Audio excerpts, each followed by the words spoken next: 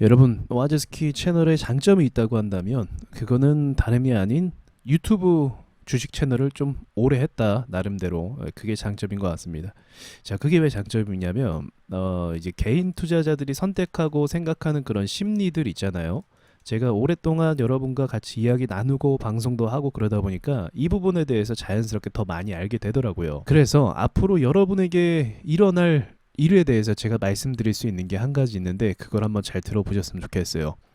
자, 시장이요, 하락하는 속도 굉장히 빠르죠. 그리고 이 하락하고 나서 시장이 쉽게 회복을 안 해줍니다. 이게 문제예요. 회복을 곧바로 해주면 상관이 없어요. 근데 회복하는데 세워라 내워라 하면서 지금 거의 제가 봤을 때 1년 동안 수급이 안 들어온 시장 상태로 쭉 유지가 되고 있습니다. 어느덧 1년이 넘어가 버리고 있다는 거죠. 자, 코스닥을 보시면 작년에 8월부터 시장이 좀 무너지기 시작을 했습니다. 그리고 나서부터 추세 하락을 만들어가기 시작했죠. 이때까지 보합이니까 뭐 버틸만 했어요. 사실은 뭐 사람들이 뭐 존버한다 이 이야기를 했던 구간이지만, 막상 1월 달부터 주가가 본격적으로 폭락하기 시작하면서 뜬금없이 금리 인상 때문에 하락하기 시작하면서 지금은 러시아 우크라이나 전쟁 터지고 긴박한 상황 속에서 지금 최근까지의 움직임으로 이렇게 왔단 말이죠. 그러니까 거의 1년 동안 수급이 없는 상태에서 지루한 횡보 보내다가 급격한 하락을 맞은 게 지금 시점이라는 겁니다. 자, 그렇다면 주식이라는 게 이렇게 하락하고 나서 회복이 뭐 빨라서 뭐 3개월 안에 라든지 뭐 세력주는 얼마든지 크게 오를 수 있으니까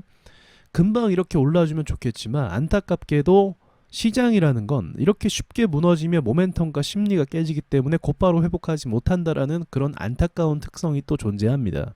코로나가 터지고 나서 갑자기 주식 열풍이 불었는데, 이 열풍이 다시 한번 불지 않는 이상은 사실 이때도 이런 거는 비정상이었죠. 시장은 어지간해서 이런 식으로 미친 듯이 막 상승하지 않습니다. 뭐 호재가 있었던 것도 아니고 코로나 터지면서 셧다운 돼가지고, 그런데 언론에서는 계속 뭐 투자 열풍이다 하면서 뭐 갑자기 폭락한 지 일주일도 안 돼서 뭐 동학 개미운동 이런 타이틀이 생기기 시작하면서 움직였던 비정상적인 시장입니다. 이거를 기대하기는 어렵고요, 솔직히. 이전 흐름을 한번 보시면 고점에서 올라갔다가 깨지고 나면 이 보합이 좀 길게 간다라는 걸 볼 수가 있어요. 여기도 마찬가지로 깨지고 이땐 2년 동안 하락 추세만 갔네요. 그러니까 여러분, 이때 얼마나 사람들이 고통스럽고 힘들었겠습니까? 지금도 1년 정도 하락했는데 이때는 2년 동안 주구장창 계속 하락하면서 결국은 코로나 때문에 또 하락을 해버린 거잖아요. 뭐 이때도 만만치는 않았습니다. 그러니까 상승은 짧고 하락 추세는 긴 것이 이 코스닥 시장의 특징이다라고 볼 수가 있는 거고,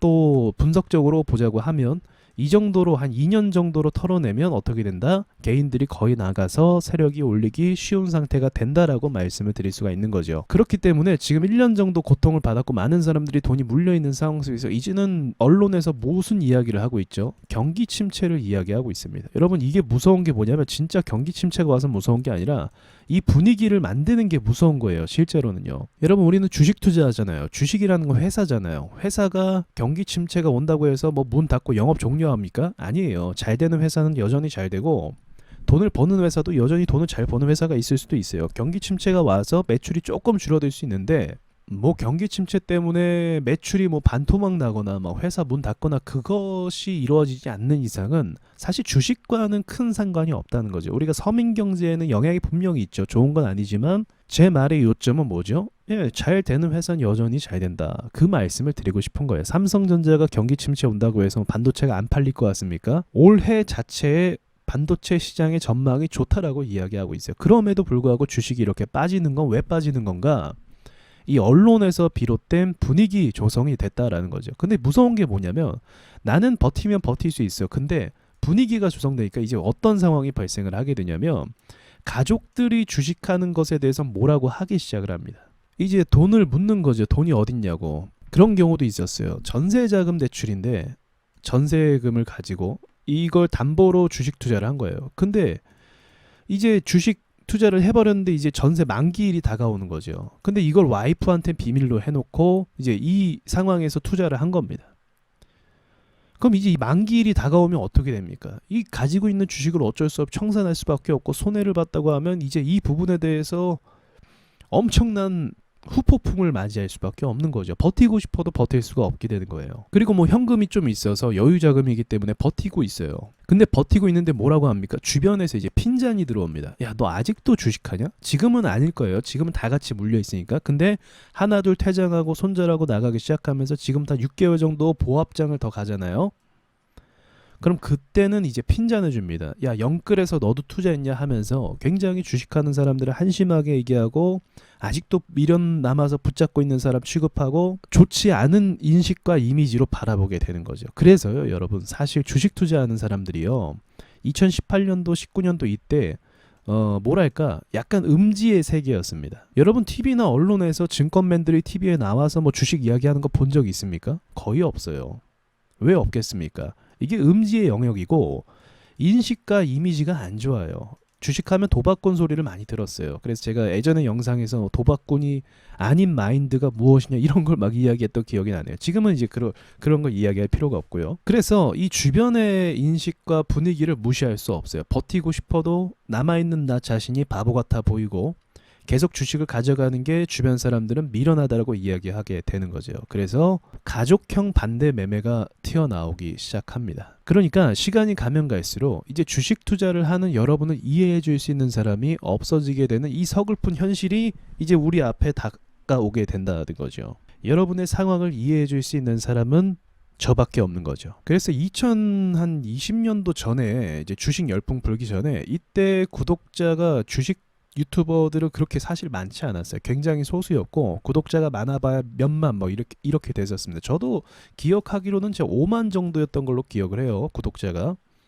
근데 이 5만이었는데 이때도 사람이 굉장히 많은 축에 속했었죠. 근데 지금은 막 주식 유튜버 분들이 더 많아지고 뭐 더 잘하시는 분들도 계시고 하면서 굉장히 많아졌는데 사실은 이 시장이 그런 분위기가 원래 아니었다라는 거죠. 그리고 지금처럼 하락 시장이 길어지면 이제 예전의 그 분위기로 돌아가게 되는 거고 여기서 끝까지 남아있는 사람 중에 다시 상승장이 오면 그 사람들이 근데 수익을 볼 수가 있게 되는 겁니다. 결국 시장이라는 건요, 사이클이라는 게 있잖아요. 상승 사이클이 있고 하락 국면이 있고 다시 상승을 합니다. 세력들이 이 시장을 가만히 두지 않는다니까요. 그리고 나서 이제 우리가 지금은 손해를 보고 손실을 보고 힘들지만 다시 상승 사이클을 갔을 때 이때 수익을 꼭 내야 돼요. 그리고 뭐 주식을 그만두던가 해야지, 이게 남들이 다 손해보고 나가는 그런 사이클을 맞아서 가버리는 게 얼마나 좀 슬픕니까? 그래서 여러분께서 계속적으로 저는 주식의 끈을 놓지 않고 계속 투자하시면서 노후까지 바라보셨으면 좋겠어요. 사실은 지금 당장 이거 주식이 또 무서운 게 뭐냐면, 야, 누가 얼마 벌었다더라, 누가 뭐 몇 억을 벌었고 몇십억을 벌었고 주식 부자가 됐고 이 이야기가 들리면 그게 근데 쉽겠습니까, 여러분? 사실 여러분 경험을 해보셨잖아요. 이 시장이라는 게 얼마나 치열하고 모두가 돈을 벌 수 없는 시장이고 속임수가 난무하는 곳이라는 걸 알게 되셨잖아요. 그러면 그렇게 수익을 얻는 게 쉽겠습니까? 쉽지 않죠. 그럼 어떻게 해야 될까요? 좀 돌아간다 생각할 수도 있겠지만 길게 보고 가시는 방법밖에 없습니다. 경험을 누적시키고 나만의 노하우를 찾으면서 가장 안전한 매매법을 찾으며 나가는 것이 여러분이 익혀야 될 방향이라는 거예요. 그게 단번에 되겠어요? 아니잖아요. 우리 뭐 좋은데 취직하기 위해서 대학 4년 나오고 어떤 사람은 또 3년 동안 뭐 박사과정까지 거치고 대학원도 나오고 그렇게 하지 않습니까? 굉장히 긴 시간 동안 준비하고 공부하고 또 취업에 대해서도 또 준비하면서 힘들게 여러분 회사에 들어가지 않습니까? 뭐 때문에 그렇게 하겠습니까? 돈 벌려고 그러는 거잖아요. 그럼 주식은요? 주식도 마찬가지죠. 주식도 1, 2년 했다라고 해서 뭔가를 얻을 생각을 하기보다 그 이상을 바라보면서 매매를 할 생각을 하셔야 되지 않겠습니까? 그럼 그 과정 가운데 무리하게 베팅할 필요는 없는 거고요. 내 경험이 적고 내가 주식에 대한 이해도가 적은데 단순히 남들이 돈 벌었다라고 해서 나도 욕심 때문에 매매한다는 건 이제 우리가 이미 그 결과는 다 봤으리라고 생각을 합니다. 앞으로 이제 주변 사람들의 그 눈치가 여러분을 압박을 할 겁니다. 근데 여러분이 거기서 사람들에게 휘둘릴 수도 있겠지만 이왕의 저의 그 권유로는 주식을 시작하셨다면 뭐 무리하게 할 것도 없어요. 계속적으로 주식을 하시면 좋을 것 같아요. 주식을 해서 무조건 성공하고 돈을 많이 벌고 이런 개념으로 처음에 가시기보다 경험하고 배우고 노후를 대비한다는 생각으로 가면은 저는 그런 마인드는 승산이 있다라고 봅니다. 그리고 주식에 답이 없는 것도 아니고요. 투자 전략은 굉장히 다양해요. 여러분 1년에 3번만 매수하셔도 됩니다. 어떨 때요? 시장이 무너질 때만 딱 3번씩만 매수해 나가는 거예요. 매일 주식을 보면서 매일 매수 버튼을 누르니까 될 것도 안 되는 거죠. 시장이 중요한 거 우리 알았잖아요. 그래서 이제 미장도 막 관찰하고 뭐 선물 옵션 만기일이 언제네 그런 것까지 보지 않습니까? 다 시장 때문이잖아요. 그럼 여러분 시장이 하락할 때마다 여러분께서 좋은 회사, 좋은 가치 있는 주식을 사서 모은다고 하면은 그게 나쁜 결과로 이어질까요? 전 그렇게 보지는 않습니다. 그래서 오히려 저는 조급하게 하지 마시고 조금 더 느긋하고 편한 마음으로 주식 투자를 하면 좋은 결과가 있을 것이다. 전 그렇게 생각을 합니다. 무조건 여러분에게 어떤 환상을 씌워드리면서 뭐 일확천금을 벌 수 있는 시장이라고 말씀드리고 싶진 않아요. 아무나 그렇게 될 수 있는 것도 아니고 그렇게 될 것 같다라고 믿고 들어왔지만 깡통을 차는 경우도 사실 굉장히 많고요. 그러나 다시 말씀드리지만 노력하고 분석하고 연구하는 사람에게는 정답이 있는 시장이라는 걸 꼭 말씀을 또 드리고 싶네요. 자, 좋은 결과가 있기를 바라면서요. 여기까지 말씀드리겠습니다.